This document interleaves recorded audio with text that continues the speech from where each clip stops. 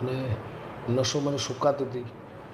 જીબીએસનો virus હતો એવું મને ખબર નહોતી. હું લગભગ રોજ દવા લાવ્યો, બંધ થાય નહીં, દવા લાવું બંધ થાય નહીં, ખેતરમાં જતો રહ્યો. જો કે મૂળ કોરોનાનો માહોલ હતો, લોકડાઉન હતું, એટલે બીજું તો ક્યાંય બહાર તો જવા મળે નહીં. પ્રોગ્રામ પણ ચાલુ હતા ધીમે ધીમે, ક્યાંક ક્યાંક.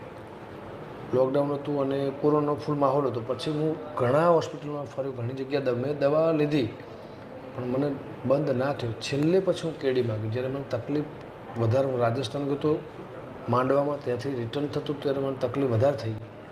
બસ હું ને મારા વાઈફ બંને હોસ્પિટલ ગયા. ડૉક્ટર કે ભાઈ બચશે કે નહીં બચે એનું કહેતું, જીબીએસનો વાયરસ છે એટલે થોડું તકલીફ તો છે જ ભાઈ, બચે મને એનો કંઈ વાંધો નહીં, પણ મને એડમિટ કરતો. બસ ત્યાં મને એડમિટ કર્યા પછી બસ 3-4 દિવસથી જ્યારે મારા બાળકો મને યાદ આવ્યા, મને એમ થયું કે હું જતો રહીશ તો મારા પરિવારનું શું થશે, મારા ઘરનું શું થશે, મારા બાળકનું શું થશે. ત્યારે હું રડતો હતો સવારે 5 વાગે.